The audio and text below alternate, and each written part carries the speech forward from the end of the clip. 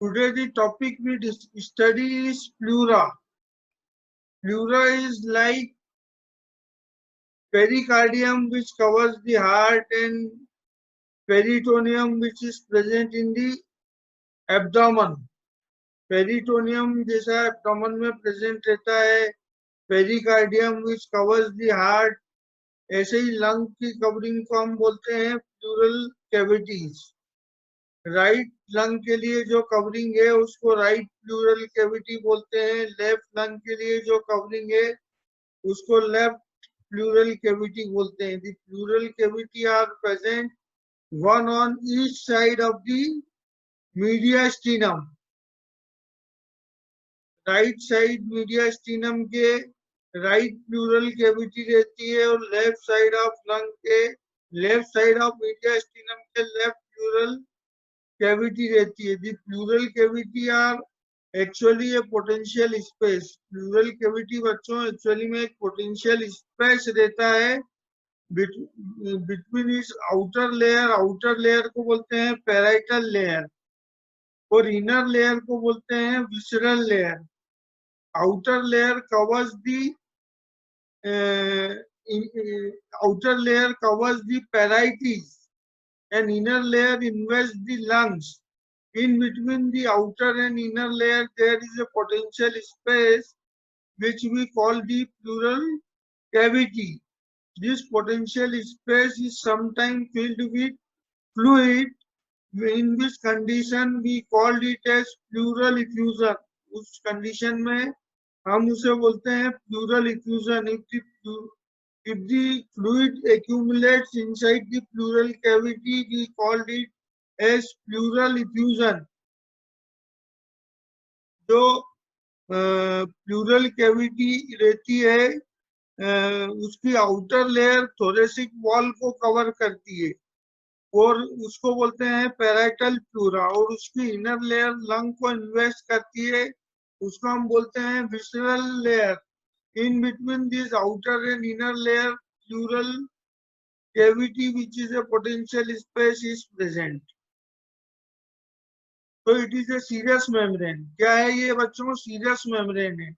Like pericardium in the heart and peritoneal cavity in the abdomen. It is a serous membrane and lined by mesothelium. It is lined by mesothelium. जैसे vascular blood vessels are lined by endothelium रहती है, वैसे ये serous membrane pleural cavity, pericardial cavity, peritoneum, these are lined by mesothelium. It is a serous membrane lined by mesothelium. There are two pleural sacs. There are two pleural sacs, one on either side of mediastinum. The pleural sac is completely closed and is invaginated from medial side by the developing lung, and as a result of this invagination, it is converted into a double-layered serous sac, outer parietal and inner visceral. Visceral को pulmonary भी बोलते हैं बच्चों. Outer parietal and inner visceral. Visceral को pulmonary भी बोलते हैं. Outer layer का नर्व सप्लाई होता है सोमेटिक नर्वस सिस्टम से, जो कि पेराइटिस सोमेटिक वॉल का नर्व सप्लाई होता है, और इनर प्लूरल इनर जो विसरल लेयर का नर्वस सप्लाई होता है वो ऑटोनॉमिक नर्वस सिस्टम से होता है. इसलिए पेराइटल प्लूरा जो रहती है वो पेन सेंसिटिव रहती है, जबकि इनर विसरल लेयर रहती है जो वो पेन इनसेंसिटिव रहती है. आपसे क्वेश्चन पूछा जाता है why parietal layer is pain sensitive? Because it is supplied by somatic nerves, because it is supplied by somatic nerves. And why inner layer is pain insensitive? Why visceral pleura is pain insensitive? Because it is supplied by autonomic nervous system. The outer layer is parietal pleura, जैसे मैंने आपको बताया. The inner layer is visceral pleura. The two layers are continuous with each other at the hilum of the lung. The parietal pleura and the visceral pleura, these two layers are continuous with each other at the hilum of the lung. Hilum of the lung वही है जहाँ से structures enter होते हैं और leave करते हैं lung के रूट पे. The two layers enclosed between them a potential space, outer parietal and inner visceral, known as pleural cavity. क्या कहलाता है बच्चों ये? Pleural cavity. और जब ये प्लूरल कैविटी के अंदर फ्लूइड इकट्ठा हो जाता है पोटेंशियल स्पेस में, तो उसको हम क्या बोलते हैं? Pleural diffusion. और जब इसके अंदर एयर एक्यूमुलेट हो जाती है तो उसको हम बोलते हैं न्यूमोथोरेक्स. क्या बोलते हैं? Pneumothorax. When air accumulates inside the pleural cavity, then it is known as pneumothorax. Pneumothorax condition में क्या होता है? जिस साइड में एयर एंटर होती है due to any trauma in the chest, when air accumulates in the pleural cavity, एक जिस साइड में प्लूरल कैविटी के अंदर एयर एंटर हुई उस साइड का लंग कोलैप्स होने लगता है और एयर एंट्री लगातार बनती रहती है. न्यूमोथोरेक्स प्रोग्रेसिवली बढ़ता रहता है तो वो लंग कोलैप्स होता जाता है और दूसरी तरफ का लंग कंप्रेस होता है. एक तरफ कोलैप्स होता है लंग और अपोजिट लंग कंप्रेस होता है. This condition is known as tension pneumothorax. क्या कहलाता है ये कंडीशन? Tension pneumothorax. क्योंकि एक तरफ से एयर एंट्री कर रही है प्लूरल कैविटी के अंदर तो वो लंग कोलैप्स होता जा रहा है, दूसरी तरफ का लंग में कॉम्प्रेशन हो रहा है क्योंकि मीडियास्टिनल शिफ्ट हो रहा है और उस तरफ लंग का कॉम्प्रेशन हो रहा है, उसको बोलते हैं टेंशन न्यूमोथोरेक्स. ऐसे ही बेटा यदि प्लूरल कैविटी के अंदर ब्लड इकट्ठा हो रहा है तो उसको बोलते हैं हीमोथोरेक्स. Pneumothorax is a condition. Hemo means blood. Hemo means blood. When blood accumulates inside the pleural cavity, then the condition is known as hemothorax. Hemothorax. And when the pus due to any infection accumulates inside the pleural cavity, then it is known as empyema. E-M-P-Y-E-M-A. What is empyema? When pus due to any infection accumulates inside the pleural cavity, then the condition is known as empyema. उसको क्या बोलते हैं हम? empyema. ये देखिए ये लेरिंगोट्रेकियल tube है, ये लंग बड है, ये प्लूरल सेक के अंदर इन्वेजिनेट कर रही है दोनों तरफ, और ये आउटर पैराइटल प्लूरा है और इनर विसरल प्लूरा है. ये लंग ऑक्यूपाई कर गए प्लूरल सेक के अंदर, आउटर पैराइटल प्लूरा हो गई और इनर प्लूरल विसरल प्लूरा हो गई, और आउटर पैराइटल और इनर विसरल प्लूरा के बीच में प्लूरल सेक प्लूरल कैविटी हो गया. आउटर पैराइटल और इनर विसरल प्लूरा के बीच में क्या हो गया? प्लूरल कैविटी हो गई. सबसे पहले क्या था? लेरिंगोट्रेकियल ट्यूब थी, प्लूरल सेक राइट और लेफ्ट प्लूरल सेक था. फिर लेरिंगोट्रेकियल ट्यूब बाइफरकेट हुई, दोनों लंग बड बने. ये दोनों lung bud at the root of the lung invaginate हुए प्लूरल सेक के अंदर. आउटर पैराइटल प्लूरा हुई और इनर विसरल प्लूरा हुई. फिर आउटर पैराइटल और inner visceral pleura at the hilum of the lung continue हुए, और राइट साइड में प्लूरल कैविटी हुई और लेफ्ट साइड में प्लूरल कैविटी हुई. The outer layer of parietal pleura, the inner layer of visceral pleura. The two layers are continuous with each other at the hilum of the lung. The two layers enclosed between them a potential space known as pleural cavity. Parietal pleura lining the parietis, that is thoracic wall, the diaphragm, and the mediastinum. Parietal pleura is thicker than the visceral pleura. Parietal pleura बच्चों ठीक रहती है than the visceral pleura. The visceral pleura और pulmonary pleura, मैंने आपको बताया visceral pleura को pulmonary pleura भी कहते हैं, it is investing the lung. Parts of parietal pleura एक costal pleura होती है, lines the thoracic wall and is loosely attached to it by areolar tissue. Lines the thoracic wall, costal pleura. Diaphragmatic pleura lines the upper surface of the diaphragm. Mediastinal pleura lines the mediastinum, and cervical pleura extends into the neck and covers the apex of lung. उस रोज पढ़ाया था मैंने आपको ये. This part is covered by suprapleural membrane or substance fascia.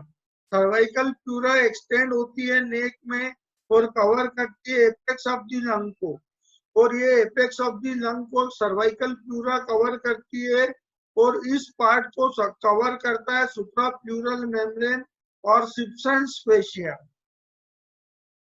Surface marking of pleura आपको याद होते बने तो ये कर लेना, अन्यथा ये इतना जरूरी नहीं है. Cervical pleura curved line forming a dome over the medial third 1/3 of the clavicle. Clavicle को भी लेटरल 1/3, मिडिल 1/3 और मीडियल 1/3 में डिवाइड करा.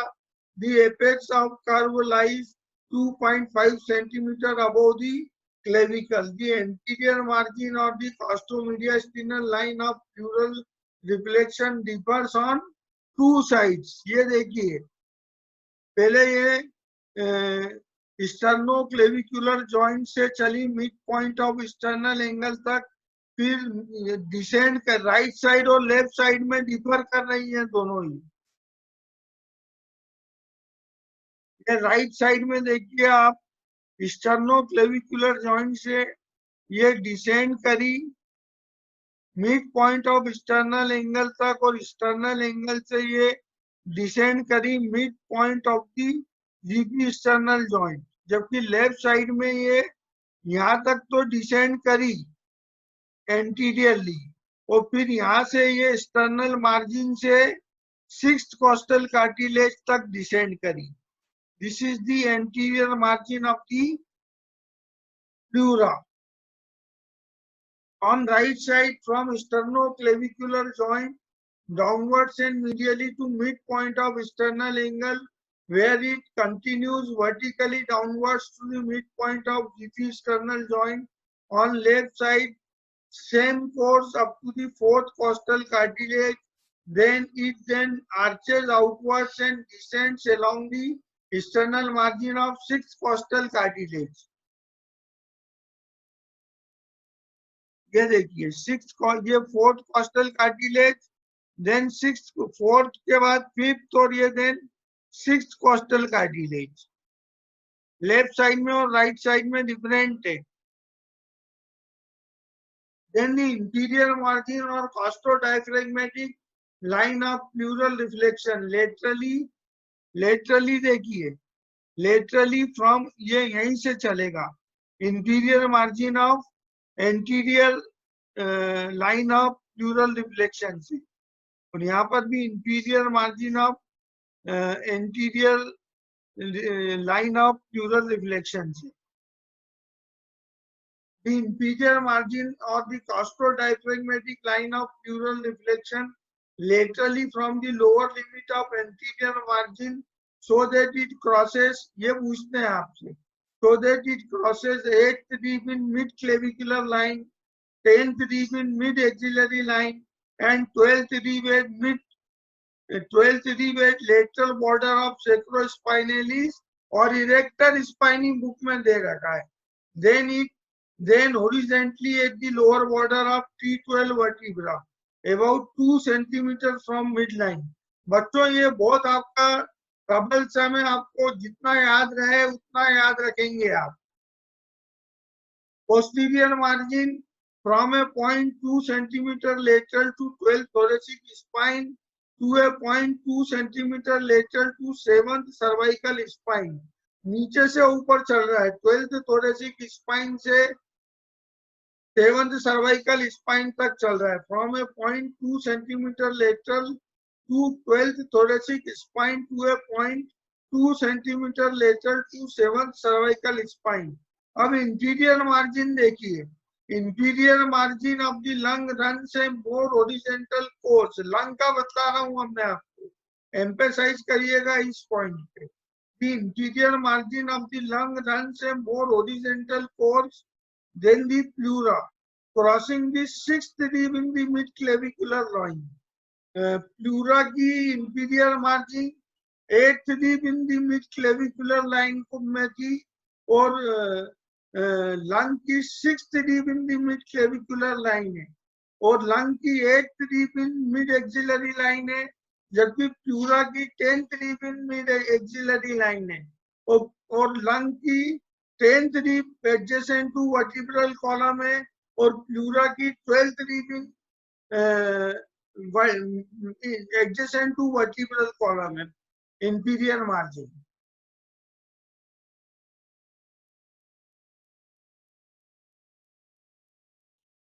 The inferior margin or costodiaphragmatic line of pleural reflection laterally from lower limit of anterior margin so that it crosses 8th rib in mid-clavicular line, 10th rib in mid-axillary line, and 12th rib at lateral border of sacrospinalis. ये pleura का है, 8th in mid-clavicular line, 10th in mid-axillary line, and 12th in lateral border of sacrospinalis, 8th in mid-clavicular line.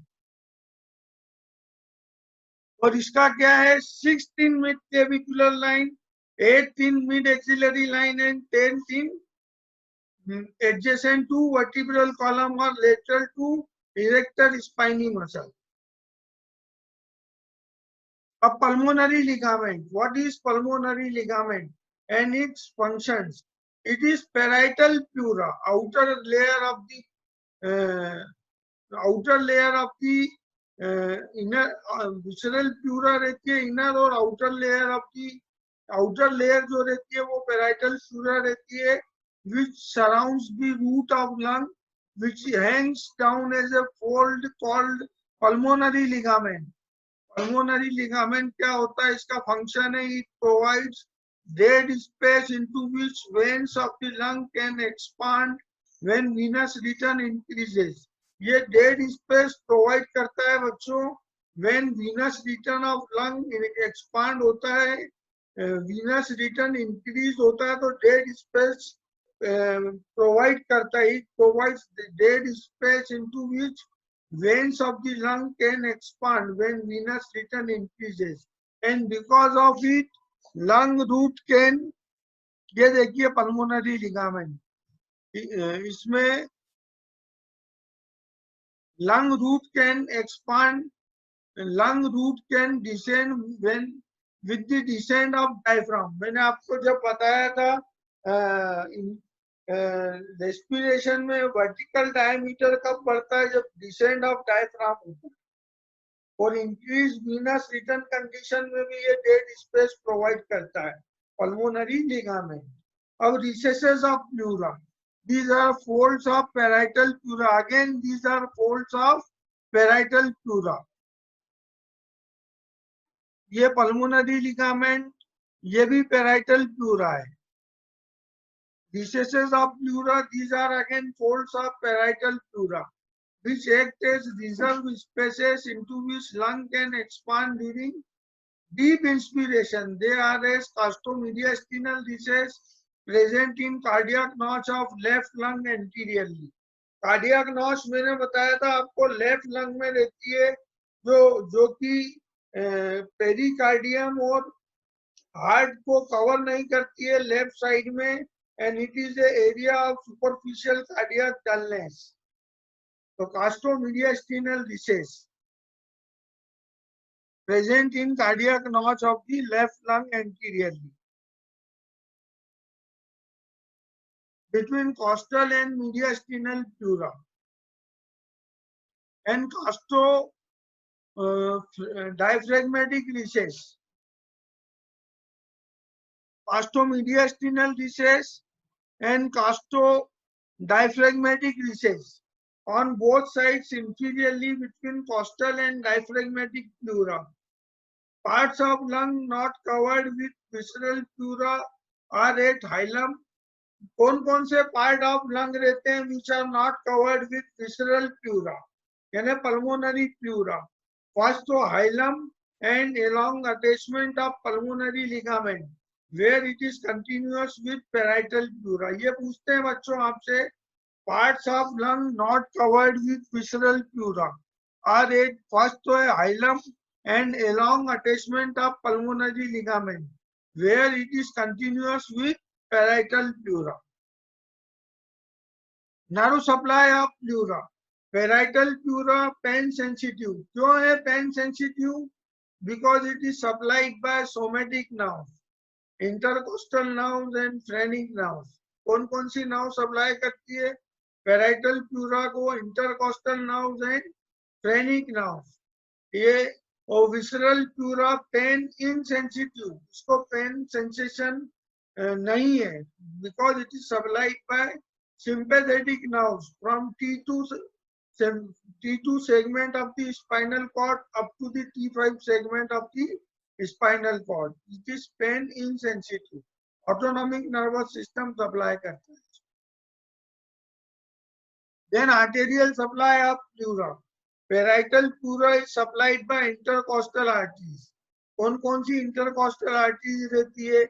Anterior intercostal arteries, branches of internal thoracic artery, musculophrenic artery, posterior intercostal artery, branches of descending thoracic aorta, और first two spaces में बताया था मैंने, these are branches of superior intercostal artery which is branch of costocervical trunk from first part of subclavian artery, internal thoracic artery and musculophrenic artery.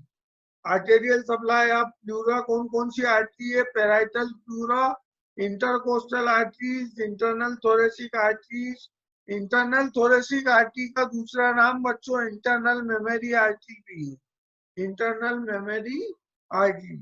And musculophrenic artery. Musculophrenic artery again it is a branch of internal thoracic artery. Internal thoracic artery in the sixth intercostal space divides into musculophrenic artery and superior epigastric artery. कौन सी intercostal space में internal thoracic artery divide होती है? superior epigastric artery और musculophrenic artery में in the sixth intercostal space. Then visceral pleura. Visceral pleura is supplied by bronchial arteries. It is supplied by bronchial arteries. Then lymphatic drainage of pleura. Parietal pleura.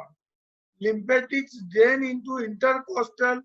From the parietal pleura, lymphatics drain into the intercostal lymph nodes, internal mammary lymph nodes, mediastinal lymph nodes and diaphragmatic lymph nodes. कौन कौन से lymph nodes में lymphatic drainage of pleura होता है? parietal pleura का होता है lymphatic drainage into intercostal, internal mammary, mediastinal and diaphragmatic lymph nodes. From visceral pleura drained into bronchopulmonary lymph nodes. Visceral pleura का lymphatic drainage कहाँ होता है बच्चों?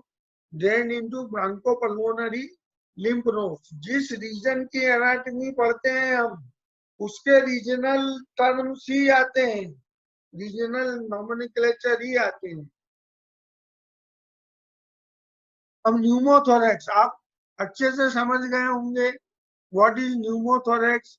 It is produced by the presence of air in the pleural cavity. It is produced by the presence of air in the pleural cavity. अब आप पूछेंगे sir pleural cavity is a potential space between the outer parietal and inner visceral layer. तो air कहाँ से आ गई pleural cavity? कोई cut लग गया, कोई ट्रॉमा हो गई, कोई इंजुरी हो गई, तो एयर की एंट्रेंस हो गई pleural cavity के अंदर. So it is produced by the presence of air in the pleural cavity and the condition is known as pneumothorax. तो उसका कोई ट्रीटमेंट नहीं लिया तो एयर आते गई pleural cavity में, आते गई. तो जिस तरफ से एयर आ रही है उस तरफ का लंग कोलैप्स होते गया, उस तरफ का लंग कोलैप्स होते गया तो मीडियास्टिनल शिफ्ट हुई और दूसरे तरफ का लंग कोलैप्स होता गया और उसको बोलते हैं tension pneumothorax which is a medical emergency, which is a tension pneumothorax is a medical emergency. What is hemothorax? What is hemo means blood. It is produced by the presence of blood in the pleural cavity. Hemo means blood, so hemothorax is produced by the presence of blood in the pleural cavity.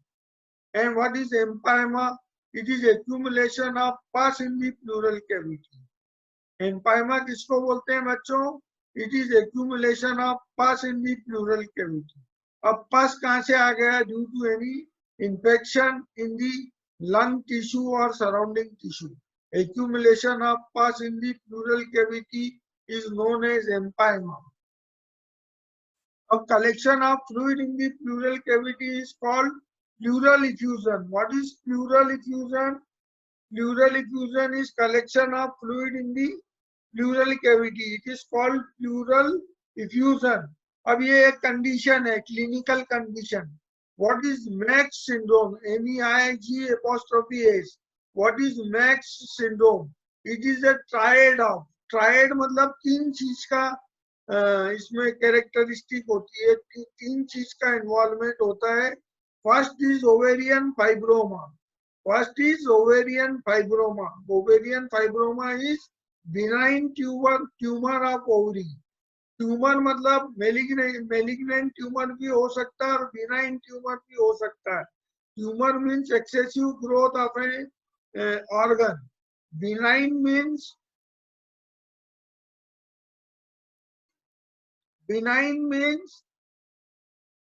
non-cancerous tumor. Non-cancerous tumor. Benign tumor means not malignant. Benign tumor of ovary is ovarian fibroma. Then ascites. Ascites बोलते हैं means collection of fluid in the peritoneal cavity. Is a collection of fluid in the pleural cavity को हम बोलते हैं pleural effusion. क्या बोलते हैं? Pleural effusion. ऐसे ही ascites बोलते हैं फ्लूइड इन पेरिटोनियल कैविटी, उसको बोलते हैं एसाइटिस. पढ़ेंगे हम एब्डोमेन के साथ. And right sided pleural effusion. Right sided pleural effusion. This collection, this triad is known as Meigs syndrome. क्या बोलते हैं इनको? Meigs syndrome. तो देखिए ये डिमिनिश्ड ब्रेथ साउंड होगा. ये सीरस फ्लूइड का कलेक्शन हो रहा है प्लूरल कैविटी में. देखो outer layer is parietal pleura, inner layer is visceral pleura. इन दोनों के बीच में कलेक्शन ऑफ सीरस फ्लूइड हो रहा है. This condition is known as pleural effusion. Pleural effusion कहलाएगी. इसमें डिमिनिश्ड ब्रेथ साउंड्स आएंगे. क्यों आएंगे diminished breath sound? Because pleural effusion के कारण एयर एंट्री कम होगी, डिमिनिश्ड ब्रेथ साउंड्स आएंगे.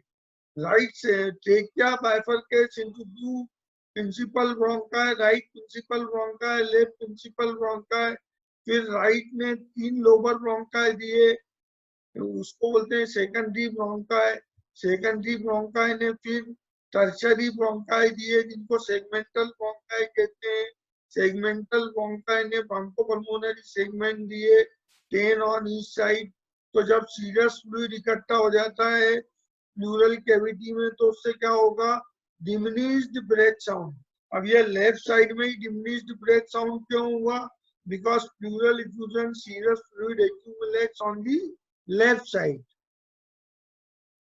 अब ये देखिए accumulation of air in the pleural cavity. ये यहाँ पर दिख रहा होगा जहाँ एरो है आपको, वहाँ atmospheric air enters inside the pleural cavity. Enter हो रही है प्लूरल कैविटी के अंदर accumulation of air in the pleural cavity. Partially collapsed lung. Left side का लंग कोलैप्स हो रहा है क्योंकि एयर बहुत ज्यादा एंटर हो रही है प्लूरल कैविटी के अंदर और इसका कोई ट्रीटमेंट हुआ नहीं है. तो air inside the pleural cavity बहुत ज्यादा एंट्री हो रही है एयर की. ये रिप्स दिख रही है आपको और इंटरकॉस्टल स्पेसेस दिख रही है. एयर एंट्री के कारण पार्शियली कोलैप्स्ड लंग दिख रहा है और ये कॉम्प्रेशन कर रहा है राइट साइड के लंग का, this condition is known as tension pneumothorax. It is a medical emergency, tension pneumothorax.